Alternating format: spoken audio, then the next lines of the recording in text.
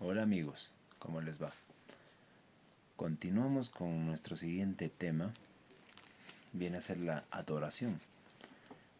Si bien es cierto, la adoración se daba en muchas culturas, en diferentes culturas, ¿no? Viendo una de ellas era la de Roma, ¿no?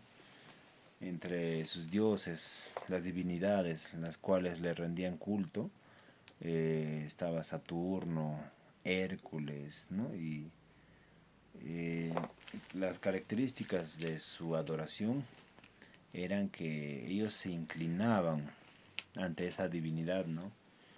Y le rendían culto, pero besándole los pies. No es extraño, ¿no? Que hoy en día se siga practicando eso. Eh, y la adoración era eso, ¿no? Un acto de rendir, dice, la voluntad de uno ante la divinidad. Eh, con respecto a los lugares de culto, vamos a decirlo así, donde uno iba a adorar al Señor, era, creo que se llega o empieza desde la época de Moisés, más o menos, donde cuando fue liberado juntamente con el pueblo de Egipto, ¿no? Fueron al monte Sinaí y desde esa perspectiva se empieza a ver la adoración como un símbolo de de estrecha relación, ¿no? Con las montañas, ¿no? En Abraham también vemos luego cómo va con Isaac a realizar esta adoración al Señor, ¿no? A rendirle adoración. Pero en Isaac, en Abraham vemos cómo la adoración tiene un significado importante, ¿no? Que se le podía relacionar con ese amor que sentía Abraham hacia el Señor, hacia el Dios y a Jehová. Y va y sacrifica, ¿no? A su hijo, Isaac, porque él tenía que demostrar cuánto amaba a Dios y nadie debería estar por encima de él. Nadie podía anteponerse, ¿no? Y sacrifica, o Dios le dice, ¿no? Que sacrifique a su hijo para que demuestre cuánto confiaba, cuánto creía en el Señor, cuánto le amaba al Señor.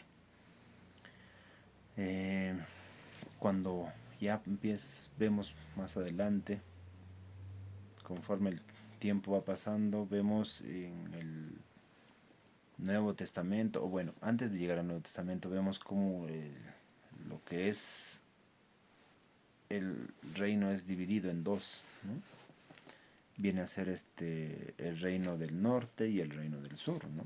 El reino del norte con las 10 tribus que era Israel, su capital Samaria. Después vemos lo que es también el reino del sur con sus dos, nada más, dos tribus, ¿no? Y eh, vemos que era la capital, era Judea, la capital Jerusalén. En este caso, pues vemos que era más estable, ¿no? El reino del sur, porque se basaban más en la ley. Con todo esto vemos ya cuando resalta un poco el tema de la adoración, pero con el Señor Jesús, ¿no? Vuelta, él empieza a dar énfasis a la adoración, pero de otra manera, ¿no? De la que se creía siempre, basándonos en el Antiguo Testamento, ¿no? Él muestra otro tipo de adoración. Esto lo vemos capítulo, en el libro de Juan, el Evangelio de Juan, ¿no? Cuando conversa el Señor Jesús con la mujer samaritana y, y habla, ¿no? Entonces, vemos que muestra una adoración distinta. Eh,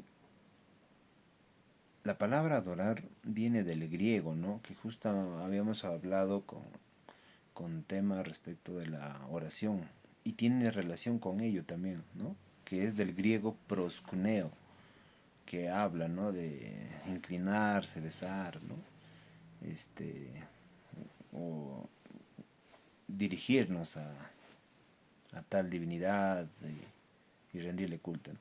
En el Nuevo Testamento también el proskuneo se usa como adorar, pero también reverencia profunda a Dios, ¿no? De ahí viene también el otro que habla pues de Sebonai, que significa pues tener, dice, un fuerte sentimiento, dice, de temor, de reverencia, ¿no?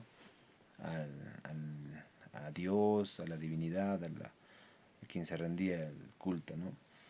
Y también proviene ahí del término latreuo, ¿no? Del latín, que significa liturgia, pero la cual eso significa en un término más físico, ¿no? De servir, rendir, homenaje, homenajearlo, ¿no? Sumisión, ¿no? Y eso era un tema de rendir culto, pero en un lugar físico. Eh, Liturgia viene la palabra, de ahí viene liturgia, ¿no? En capítulo Juan 4:21 habla respecto a eso, del Señor Jesús y la nueva adoración, ¿no? Nuevo concepto, nuevo significado. Dice de esta manera, Jesús le dijo, mujer, créeme, que la hora viene cuando ni en este monte ni en Jerusalén adoraréis al Padre. Vosotros adoráis lo que no sabéis, nosotros adoramos lo que no sabemos, porque la salvación viene de los judíos, ¿no? Y dice más adelante, mas la hora viene y ahora es, cuando los verdaderos adoradores adorarán al Padre en espíritu y en verdad, porque también el Padre tales adoradores busca que le adoren. Y hay esa discusión, ¿no? Con la mujer samaritana con respecto a la adoración y bueno, ahí habla, ¿no? De que se iba ya no a adorar, dice, ni en este monte ni en Jerusalén, dice, ¿no? Entonces la mujer no entendía eso, pero el Señor Jesús hablaba de algo que era muy importante, ¿no? Una mejor adoración, dice, ¿no? Lo que nos salva, o sea, no era una de la adoración que se cumplía así litúrgicamente hablando, ¿no? Que se practicaba en el templo, podía ser en el monte, donde sea, pero en una montaña, pero sino que era una adoración más profunda, más estrecha con nuestro Creador, con nuestro Padre Celestial, ¿no?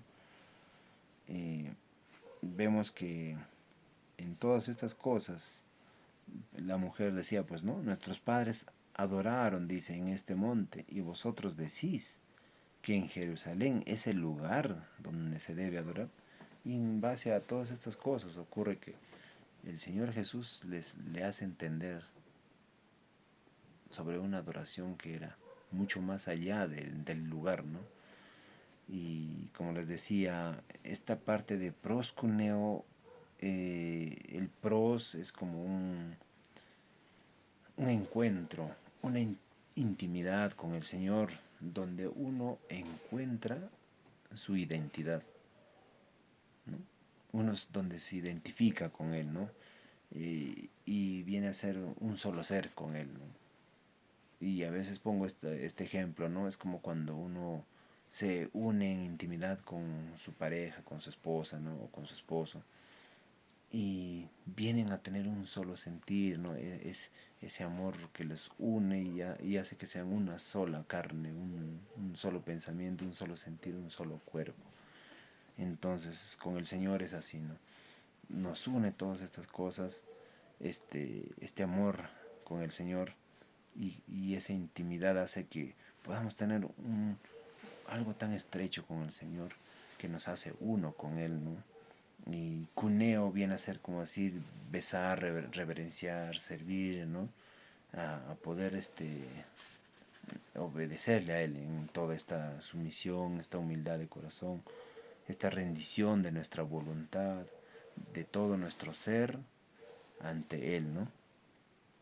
Eso hace que nosotros hagamos que todo ello sea un estilo de vida, ¿no?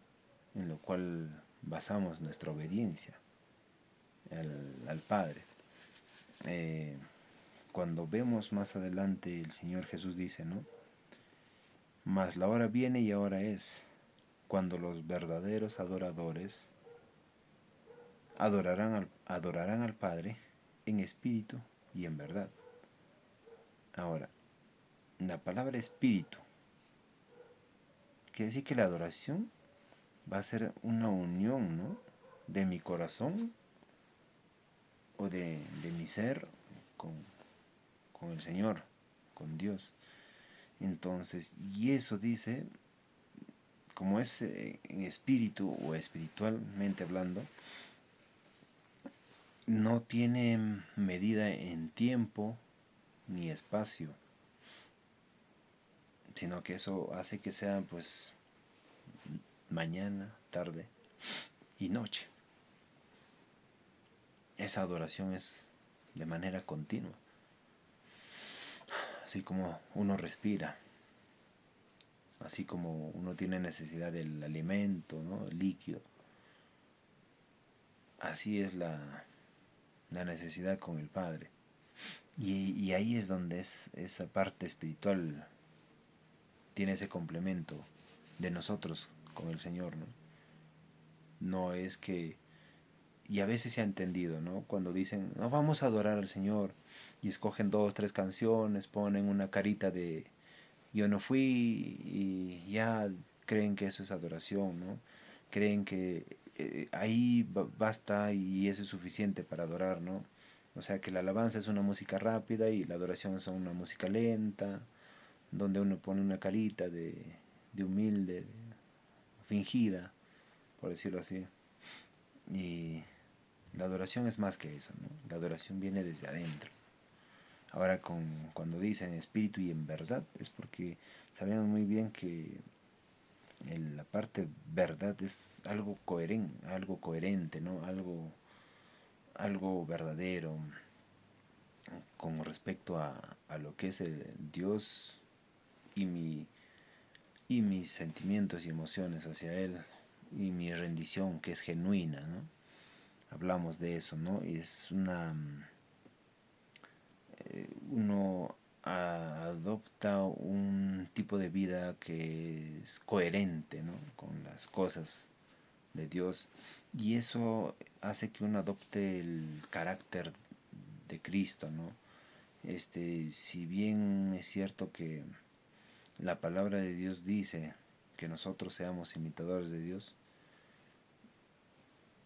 como hijos suyos, dice, como hijos amados, no solamente abarca en el tema digamos, leer su palabra, sino vivirla, ¿no? Y ser parte con el Señor en eso de tener una vida que agrada al Señor, hasta el punto de que sea una vida obediente a Él, y eso demuestre que realmente somos como era el Señor Jesús, ¿no? Dice, aprendan de mí, que yo soy manso y humilde de corazón, o sea, de corazón, no algo de apariencia, sino de corazón.